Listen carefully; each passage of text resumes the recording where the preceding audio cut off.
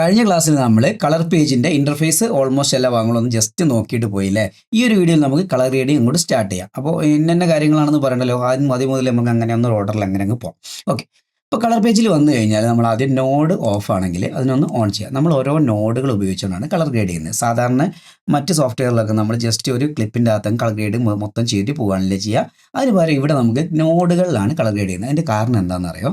ഇതിൻ്റെ അകത്ത് നമ്മൾ കളർ കറക്ഷനും കളർ ഗ്രേഡിങ്ങും വൈറ്റ് ബാലൻസും എല്ലാ കാര്യങ്ങളും ഒന്ന് തന്നെ ചെയ്തു. ഇനി നമുക്കൊന്ന് റീസെറ്റ് ചെയ്യണം തോന്നിയാലോ, റീസെറ്റ് ചെയ്താൽ മുഴുവൻ കാര്യങ്ങളും നഷ്ടപ്പെടും അല്ലേ. അതിന് പകരം നമ്മൾ എന്താ ചെയ്യുന്നറിയോ? ഇവിടെ ഒരു നോഡ് ആഡ് ചെയ്തിട്ട് അതിൻ്റെ അകത്ത് വൈറ്റ് ബാലൻസ് ചെയ്യും. അടുത്ത നോഡ് ചെയ്ത് അതിൻ്റെ അകത്ത് കളർ കറക്ഷൻ ചെയ്യും. അടുത്ത നോഡിൽ കളർ ബാലൻസ്, അടുത്ത നോഡിൽ കളർ ഗ്രേഡ്. അങ്ങനെ നമ്മൾ ഓരോ കാര്യങ്ങൾ ഓരോ നോഡിലായിട്ട് ആഡ് ചെയ്യുമ്പോൾ നമുക്ക് എവിടെയാണ് തെറ്റ് വന്നതെന്ന് അറിയണമെങ്കിൽ ഓരോ നോഡുകൾ ജസ്റ്റ് ഡിസേബിൾ ചെയ്ത് നോക്കിയാൽ മതി. ഓക്കെ അല്ലേ? അപ്പോൾ നമുക്ക് അത് മുന്നോട്ടേക്ക് പറഞ്ഞു പോകാം. ആദ്യം തന്നെ നിങ്ങളൊരു ലോഗ് ഫുട്ടേജാണ് യൂസ് ചെയ്യുന്നതെങ്കിൽ ഇതൊരു നോർമൽ ഫുട്ടേജാണ്. അപ്പോൾ നിങ്ങൾ ലോഗാണ് യൂസ് ചെയ്യുന്നതെങ്കിൽ ആദ്യത്തെ നോഡ് ഉണ്ടല്ലോ, ഈ നോഡിൻ്റെ അകത്ത് വേറെ നോഡൊന്നും കാണുന്നില്ലല്ലേ, അത് നമുക്ക് ആഡ് ചെയ്യണം. ഇപ്പോൾ ഒരു നോഡേ ഉണ്ടാവുള്ളൂ കേട്ടോ. ഇതിൽ ക്ലിക്ക് ചെയ്ത ശേഷം എഫക്റ്റ് എന്ന് പറഞ്ഞ ഓപ്ഷൻ കണ്ടോ, അവിടെ എഫക്റ്റിൻ്റെ അകത്ത് വന്നു കഴിഞ്ഞാൽ നമുക്ക് കളർ സ്പേസ് ട്രാൻസ്ഫോം എന്ന് കാണാൻ പറ്റും. ഇതിനെ ജസ്റ്റ് ഡ്രാഗ് ചെയ്യുക, ആദ്യത്തെ ക്ലിപ്പിലേക്ക് ആഡ് ചെയ്യുക. അപ്പോൾ നമുക്ക് ഇവിടെ വേറെ കുറേ ഓപ്ഷൻസ് വരും. അപ്പോൾ അതിൽ നമുക്ക് മെയിനായിട്ട് ചെയ്യാനുള്ള ഇൻപുട്ട് കളർ സ്പേസ് ആണ്. അത് ഏതാണോ നമ്മുടെ ക്യാമറ അതിനനുസരിച്ച് നമ്മൾ കൊടുക്കുക. നിങ്ങൾക്ക് അറിയാമല്ലോ നിങ്ങൾ ഏത് ലോഗിലാണ് ഷൂട്ട് ചെയ്തതെന്നുള്ളത്. അപ്പോൾ ഞാൻ എക്സാമ്പിളായിട്ട് ഇപ്പോൾ സോണി ഗാമറ്റ് 3 എന്നുള്ള ഈ ഒരു ഓപ്ഷൻ കൊടുക്കുകയാണ്. ഓക്കെ, ഒരു എക്സാമ്പിൾ കൊടുക്കുകയാണെങ്കിൽ വെറുതെ അത് ആഡ് ചെയ്തു. ഇനി ഇൻപുട്ട് ഗാമ ഏതാണ്? ഇപ്പോൾ സോണിയുടെ ആണ് എസ് ലോഗ് പറഞ്ഞ ഗാമ ആയിരിക്കില്ലേ വരിക. സോണി എസ് ലോഗ് 3 എന്നുള്ള ഈ ഒരു ഗാമ ഞാൻ ഇവിടേക്ക് ആഡ് ചെയ്തു. അപ്പോൾ ഇങ്ങനെ ഒരു കളർ കിട്ടി. ഇത് ഇങ്ങനെ അല്ല കിട്ടുക, ആക്ച്വലി ഇത് വൃത്തികേടായിട്ടാണ് കിട്ടിയത്. നിങ്ങൾ ഒറിജിനൽ ഏതാണോ നിങ്ങളുടെ ലോഗ് അതിനനുസരിച്ചുള്ള കറക്റ്റ് ഇവിടെ വാല്യൂ കൊടുത്തു കഴിഞ്ഞാൽ വേറെ ഒന്നും ചെയ്യേണ്ട അടിപൊളി ഗ്രേഡ് എന്ന് പറഞ്ഞാൽ നിങ്ങൾ തന്നെ കണ്ണ് തള്ളിപ്പോകുന്ന ഗ്രേഡ് ആയിരിക്കും കിട്ടുക. അപ്പോൾ നിങ്ങളുടെ ക്യാമറയിൽ ലോഗ് ഉണ്ടെങ്കിൽ ഇനി മുതൽ ലോഗ് ഫുട്ടേജ് ഷൂട്ട് ചെയ്യാൻ വേണ്ടി ശ്രമിക്കുക കേട്ടോ. അപ്പോൾ നിങ്ങൾക്ക് വളരെ ഭംഗിയുള്ളൊരു ഔട്ടായിരിക്കും കിട്ടുക. അപ്പോൾ ഞാൻ ഇതൊന്ന് ജസ്റ്റ് റീസെറ്റ് ചെയ്യാണ്. നമുക്ക് ഇതൊരു സാധാ ഫുട്ടേജ് ആയതുകൊണ്ട് എന്താണ് നമുക്കിവിടെ ലോഗ് ആഡ് ചെയ്യേണ്ട കാര്യമില്ല. അപ്പോൾ ഞാനിവിടെ റൈറ്റ് ക്ലിക്ക് ചെയ്തു, റീസെറ്റ് ചെയ്തു. ഓക്കെ, അപ്പോൾ ഞാനിത് ഇവിടെ അങ്ങനെ തന്നെ ലീവ് ചെയ്ത് വിടുകയാണ്. ഇതിൻ്റെ അകത്ത് ഞാനൊന്നും ചെയ്യുന്നില്ല. എന്നിട്ട് ഇവിടെ എഫക്റ്റ് ഓഫ് ചെയ്യും കേട്ടോ. ഇനി ഞാൻ ഇവിടേക്ക് ഒരു നോഡ് ആഡ് ചെയ്യാണ്. എങ്ങനെയാണ് ആഡ് ചെയ്യുക? ഇവിടെ റൈറ്റ് ക്ലിക്ക് ചെയ്ത് കഴിഞ്ഞാൽ ആഡ് നോഡ് കാണാൻ പറ്റും. അതിൽ ആഡ് സീരിയൽ നോഡ് കൊടുക്കുക. ഒന്നെങ്കിൽ നമുക്ക് ഇങ്ങനെ ആഡ് ചെയ്യാം, ഇനി ഇങ്ങനെയല്ലേ നമുക്ക് ഷോർട്ട് കട്ടുകളുണ്ട്. മാക്കിലാണെങ്കിൽ ഓപ്ഷൻ ബട്ടൺ, വിൻഡോസിലാകുമ്പോൾ ആൾട്ട് ബട്ടൺ പ്രസ് ചെയ്ത് പിടിക്കുക, എസ് അടിച്ച് കഴിഞ്ഞാൽ നമുക്കൊരു സീരിയൽ നോഡ് കൂടെ ഇവിടേക്ക് ആഡ് ആവും. കണ്ടോ? ഇനി ഇവിടെ വെച്ച് ക്ലിക്ക് ചെയ്തുകൊണ്ട് ഷിഫ്റ്റ് എസ് എന്ന് അടിച്ച് നോക്കിയേ. അപ്പോൾ നമുക്ക് ഇതിന് തൊട്ട് ബാക്കിലായിട്ട് ഒരു നോഡ് ആഡ് ആവും. കണ്ടോ? ഇങ്ങനെയാണ് മുന്നിൽ നോഡ് ആഡ് ചെയ്യണമെങ്കിൽ ആൾട്ട് ഓപ്ഷൻ എസ്, ബാക്കിലാണെങ്കിൽ ഷിഫ്റ്റ് എസ്. ഇത്രയേ ഉള്ളൂ കേട്ടോ. ഇതേപോലെ നോഡുകൾ ആഡ് ചെയ്യും. ഇനി നമുക്ക് പാരലൽ നോഡുകൾ ഇവിടെ നിങ്ങൾക്ക് ക്ലിക്ക് ചെയ്ത് കഴിഞ്ഞാൽ കാണാൻ പറ്റും. ആഡ് നോഡിൽ parallel node, layer node, out side node, ഇങ്ങനെ ഒരുപാട് നോഡുകൾ കാണാൻ പറ്റില്ലേ. അപ്പോൾ ഈ നോഡുകളൊക്കെ എന്താ നമ്മൾ മുന്നോട്ടേക്ക് പറയും. തൽക്കാലം നമ്മൾ എന്ത് ചെയ്യുക, ജസ്റ്റ് ഒരു സീരിയൽ നോഡ് ഞാൻ ഇവിടേക്ക് ആഡ് ചെയ്തു. ഇനി നമുക്ക് ഇതിൻ്റെ അകത്ത് ആദ്യം തന്നെ വൈറ്റ് ബാലൻസ് ആണ് ചെയ്യേണ്ടത്. അതിന് എനിക്ക് ഇവിടെ റൈറ്റ് ക്ലിക്ക് ചെയ്ത് കഴിഞ്ഞാൽ നോഡ് ലാബിൽ കണ്ടോ, ഇതൊന്ന് ക്ലിക്ക് ചെയ്യുക. ഞാൻ ഷിഫ്റ്റ് ആറാണ് ഷോർട്ട് കട്ട് ആഡ് ചെയ്തത്. നിങ്ങൾക്ക് ഇഷ്ടമുള്ള ഷോർട്ട് കട്ട് ആഡ് ചെയ്യുക. എങ്ങനെയാണ് ഷോർട്ട് കട്ട് ആഡ് ചെയ്യുന്നത് അറിയാത്തവരുണ്ടെങ്കിൽ നമ്മുടെ ബേസിക് കണ്ടുണ്ടാവില്ല അല്ലേ, അങ്ങനെയാണെങ്കിൽ അറിയാൻ ചാൻസ് ഉണ്ട്. ഇല്ലാത്തവരാണെങ്കിൽ റൈറ്റിൽ ഞാൻ ആ ഒരു വീഡിയോ റിലേറ്റഡ് വീഡിയോയിൽ ആഡ് ചെയ്യാം, കണ്ടു നോക്കാം കേട്ടോ. അപ്പോൾ ഞാൻ ഇതിന് വൈറ്റ് ബാലൻസിൻ്റെ WB എന്നുള്ളൊരു പേര് കൊടുത്തു. ഓക്കെ, വൈറ്റ് ബാലൻസ് എന്നുള്ള പേര് കൊടുത്തു. ഇനി എന്താണ് വൈറ്റ് ബാലൻസ് എന്ന് നമുക്ക് നോക്കാം അല്ലേ. ഈ ഒരു വീഡിയോ നിങ്ങൾ കണ്ടോ? ഇത് നല്ലൊരു ഫുട്ടേജ് ആണല്ലേ, നല്ല രസമുണ്ട് കാണാൻ. പക്ഷേ ഇതിൻ്റെ അകത്തൊരു പ്രത്യേകത ഉണ്ട്. ഇത് കറക്റ്റ് കളറിലല്ല ഇരിക്കുന്നത്. നിങ്ങൾക്ക് കാണാൻ പറ്റും വൈറ്റ് ബാലൻസിലല്ല. ഈ ലൈൻ കണ്ടോ, റോഡിലുള്ള ലൈനാണ്. ഇത് വൈറ്റ് ആണ്, നമുക്ക് ഉറപ്പുള്ളൊരു ഭാഗമാണ് അല്ലേ. ഈ ഭാഗം ശരിക്കും വൈറ്റ് അല്ല, ഒരു നീല കളറിലാണ് ഇരിക്കുന്നത്. നമ്മുടെ കണ്ണിനെ നമുക്ക് എപ്പോഴും വിശ്വസിക്കാൻ പറ്റില്ല. നമ്മളെല്ലാ വീഡിയോയിലും പറയുന്നതാണ് കളർ റെഡി ചെയ്യുന്ന സമയത്ത് പ്രത്യേകിച്ച്. അപ്പോൾ നമ്മൾ എന്ത് ചെയ്യണം? ഇവിടെ വൈറ്റ് ബാലൻസ് റെഡി ചെയ്യണമെന്ന് അറിയാൻ വേണ്ടിയിട്ട് ഡാവിഞ്ചി തന്നെ നമുക്ക് ഓട്ടോമാറ്റിക് ഓപ്ഷൻ തരുന്നുണ്ട്. താഴേക്ക് വന്നാൽ ഇവിടെ പ്രൈമറി വീൽ കണ്ടോ, ഇതായിരിക്കും ഡിഫോൾട്ട് ആയിട്ട് ഉണ്ടാവുക. അല്ലെങ്കിൽ നിങ്ങൾ ഈ പ്രൈമറി വീലിലേക്ക് കൊണ്ടുവരിക, അതായത് കളർ വീൽ എന്നായിരിക്കും ഇതുണ്ടാവുക. ഇതിൽ വന്നു കഴിഞ്ഞാൽ നമുക്കിവിടെ പ്രൈമറീസ് എന്ന് കാണാൻ പറ്റും, കളർ വീൽ നിന്നും കാണാൻ പറ്റും.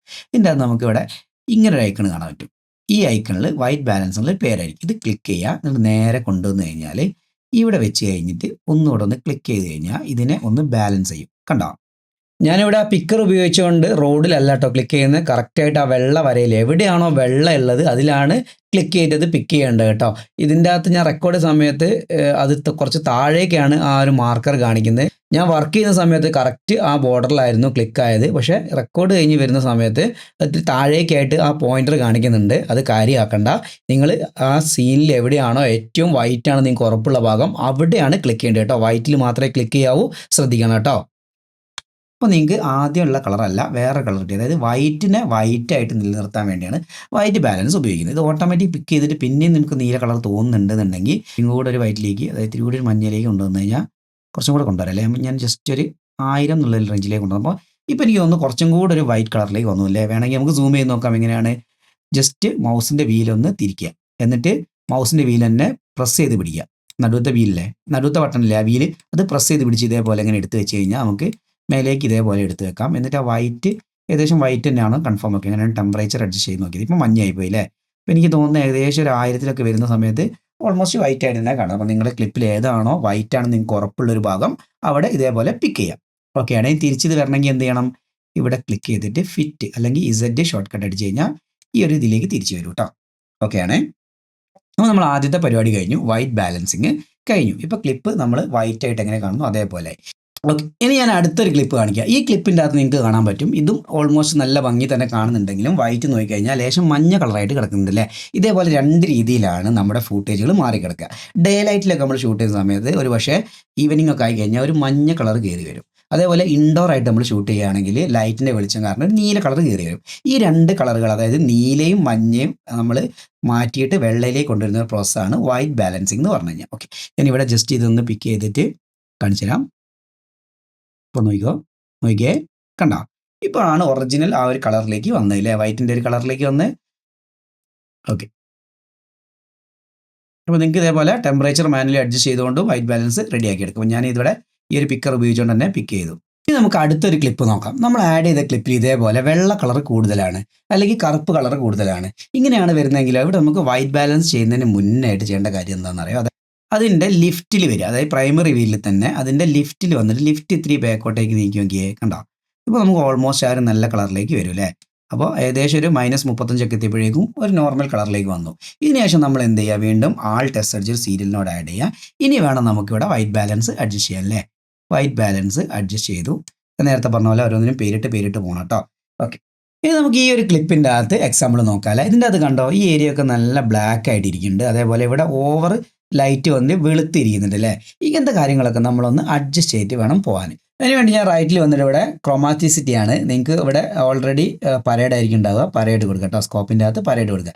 ഈ പരേഡിൻ്റെ അകത്ത് നിങ്ങൾക്ക് കാണാൻ പറ്റും ഇതിലെ ലൈറ്റ് എങ്ങനെയാണ് ഇരിക്കുന്നത്. ഈ 0യുടെയും 1023ൻ്റെയും ഇടയിലായിട്ട് ഇരിക്കണം. ഓക്കെ അല്ലേ? ഈ ലൈന് കട്ട് ചെയ്ത് മേലേക്ക് പോയി കഴിഞ്ഞാൽ ഓവർ വെളിച്ചായി പോകും. ഈ ലൈൻ കട്ട് ചെയ്ത് താഴേക്ക് വന്നാൽ ഓവർ കറുത്ത് പോകും. ഓക്കെ, ഇതിന് രണ്ടിനും നടുവിലായിട്ട് ഇരുന്ന് കഴിഞ്ഞാൽ കറക്റ്റായിട്ട് നമുക്കൊരു എഫക്റ്റ് കിട്ടും. ഇനി നമുക്ക് ഇതിൻ്റെ അകത്ത് എന്തെങ്കിലും മാറ്റങ്ങൾ വരുത്തി കഴിഞ്ഞാൽ ഇവിടെ അത് കാണാൻ പറ്റും. നോക്കിക്കോട്ടോ. അപ്പം ഞാൻ ആദ്യം തന്നെ ഈ ഒരു ക്ലിപ്പിൻ്റെ അകത്ത് ഇപ്പോൾ എന്താ ഓവറായിട്ട് കറുത്തിരിക്കുന്ന ഭാഗം, ആ ഏരിയ നമ്മൾ പറയുന്ന പേരാണ് ഷാഡോ ഏരിയ. ഓക്കെ അല്ലേ? Shadow area. ഈ ഓവറായിട്ട് ലൈറ്റുള്ള ഭാഗത്തിന് നമ്മൾ പറയുന്ന പേരാണ് ഹൈലൈറ്റഡ് ഏരിയ. അപ്പോൾ നമ്മൾ പ്രൈമറി വീലിന് ഓൾമോസ്റ്റ് ചെറിയ മാറ്റങ്ങൾ ഉണ്ട് കേട്ടോ, ഷാഡോയും ലിഫ്റ്റും തമ്മിൽ. എന്നാലും നമുക്ക് ഈ ലിഫ്റ്റിനെ നമുക്ക് ഷാഡോ ആയിട്ടും ഗാമയെ നമുക്ക് മിഡ് ടോൺ ആയിട്ടും ഗെയിനിനെ ഹൈലൈറ്റ് ആയിട്ടും കാണാം. ഇതിൻ്റെ മൂന്നിൻ്റെയും മൊത്തത്തിലുള്ളൊരു കൺട്രോളാണ് ഇവിടെ വരുന്ന ഓഫ്സെറ്റ്. ഓക്കെ അല്ലേ?